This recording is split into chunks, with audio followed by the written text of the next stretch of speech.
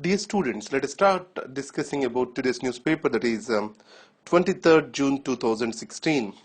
The first article is related to the Rajan syndrome.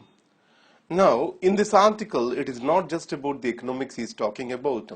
It is about institutions and political interference in the institutions and the need for autonomy. So this is what is the central theme of the article. Now, if you see, any democracy, it runs on the basis of the institutions. These institutions will set the framework for a particular individual to work, and the set rules and norms, these are the guiding factors. So in this case, once the rules are set, once the standards are set, the political interference is expected to be minimal.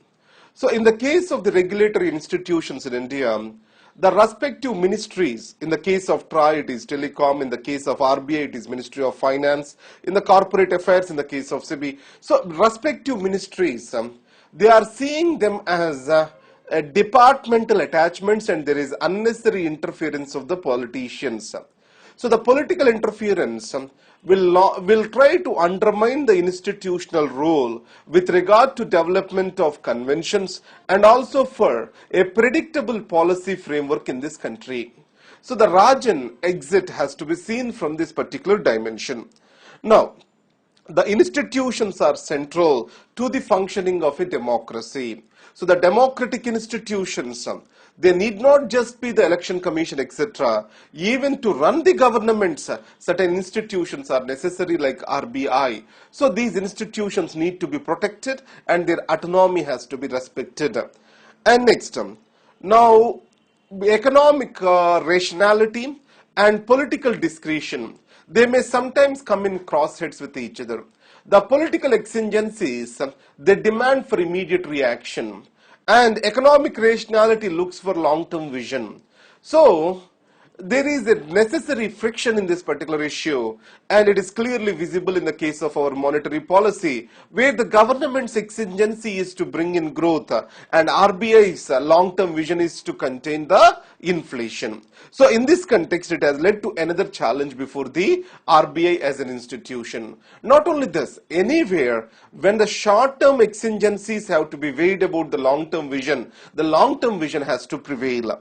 Now the third one is academics and academicians, they bring lot of honor, respect, credibility to the institutions.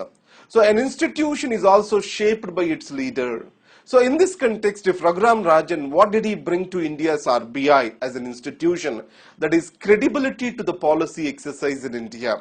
So the politics and academia relationship, how it has to be, it can be clearly explained between Manmohan Singh and the Prime Minister P.V. Narasimha Rao, how they dealt with each other. So though Manmohan Singh was brought into politics, the sensibilities of an academician is understood by a politician, and some unwritten conventions have to be developed to run this particular thing, which is essential for our country. So in this case, what we can say is this. So the conventions takes time to shape. Both politics and academics, they shall have the time for these conventions to be put in place. And finally, knowledge grows with contention and verification against a proof. So this is how the scientific knowledge develops. So institutions shall the anchors for this knowledge, and they shall spread this knowledge across. So in this context, so if you take progressive view of the country, strengthening of the institutions, providing for a progressive leadership, this is critical for the functioning of any government, democracy, and a country altogether. Coming to 10 crore rollback. Now coming to this, recently at Gyan meet or else Rajasya Gyan Summit, the Prime Minister Modi, he said that the tax officials have to collect, have to bring in 10 crore households into the tax net. Now as of now, we have around 5 crore households in the tax net, it shall be raised to 10 crore. Now if you see the situation in India, India is the country which collects the lowest tax. If you, instead of raising the tax base, India is increasing the tax rate. As the tax rate, it means the percentage of the tax on the income increases, the propensity for the tax evasion also increases. So the way forward has to increase the tax base. If you compare among the BRICS countries, India has got the lowest tax rate, tax base. So in 1950s, we have around 6% of the people in the tax net. Now 6% of the people. Now it is just raised to 16%. It is the slowest growth in 60 years. So now the government has a duty to take forward rise in the tax base. So in this context, the stringent directions are very much necessary for the tax officials. Now finding the center. If you take this article, let us see two things. India one way, it is going close to United States of America. So you can see India signed logistic memorandum of agreement, and then on the other way it is also coming close to Russia and China, and it is about to join Shanghai Cooperation Organization. So in this context, what is the norm, where the non-alignment policy of India? Obviously, when India is moving close to each other, the non-alignment is bound to suffer over here. So in this context, the language used with United States and the language used in the Shanghai Cooperation Organization, that makes India to try for a delicate balance with the growing polarity in the world. That is the suggestion brought in by this article. Now, limits of the big freeze. So what this article says is, now Russia and Europe and Russia and United States relations, they are very critical for the peace, stability and order in the world. Now if you see, what are the basic issues of contention? Russia considers Eastern European as its sphere of influence, Central Asia and European Union. So in this context, with regard to European Union nations, that is in Poland and Romania, United States is establishing its missile defense system. Now US sees Russia as an existential threat and vice versa. So there is the mutually assured destruction. MAD is the principle that guides the relations between these two. It means if you destruct me, I will also destruct you. Now with the missile defense system which is being installed close to Russia, this mutually assured destruction which keeps the balance of power, it is getting disturbed. So in this context, Russia opposes the missile deployment or defense system deployment in its sphere of influence. The second thing, with regard to Central Asia is concerned, various color revolutions have occurred. So the revolutions which occurred over there, they are called color revolutions or Facebook revolutions. Now in Georgia, Ukraine and Kyrgyzstan, the Russia's favorable regimes are replaced with anti-Russian regimes. The pro-Russian regimes were replaced. Now Russia has a naval base in the South Ossetia and Crimea. So South Ossetia, and it's part of Georgia and Russia, it has now come to the Russia's fold.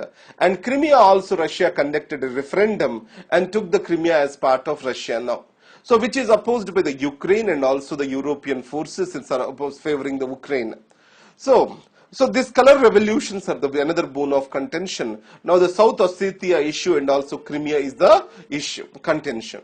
Now after the Crimean issue, where Russia declared Crimea as an independent territory and which is part of the Russia because after conducting the referendum, majority of the people living in Crimea chose to remain with Russia.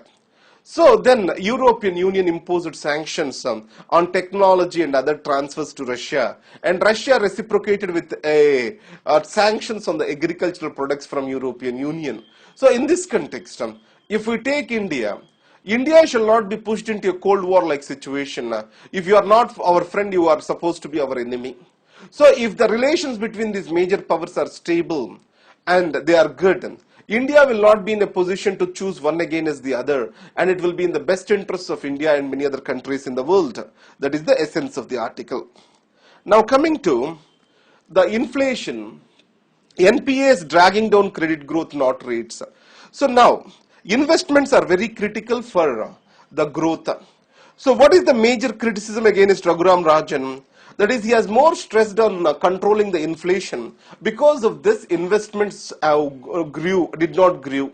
So there is no credit growth from the banks to the economy. It did not revive or stimulate the economic growth.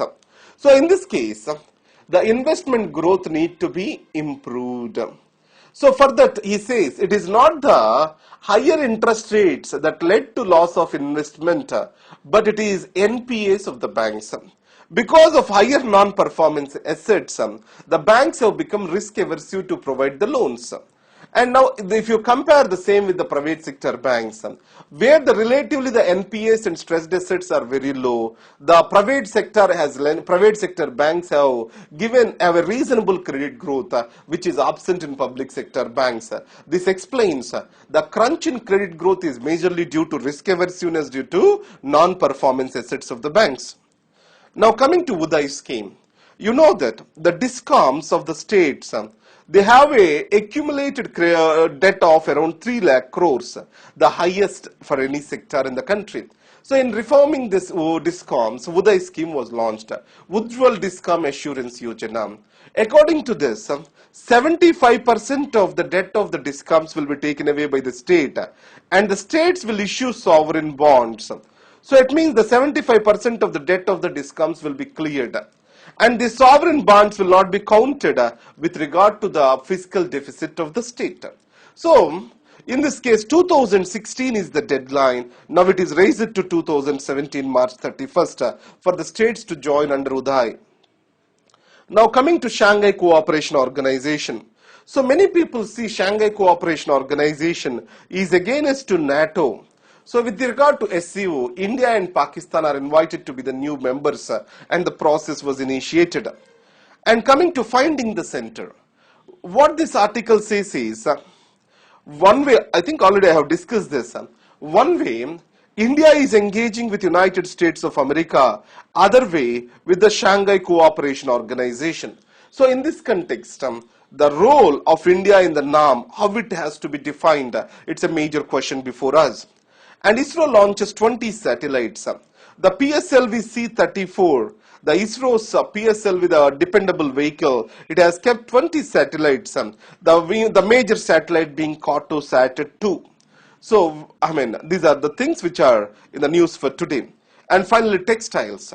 Now, you know that in China is the largest exporter of the textiles.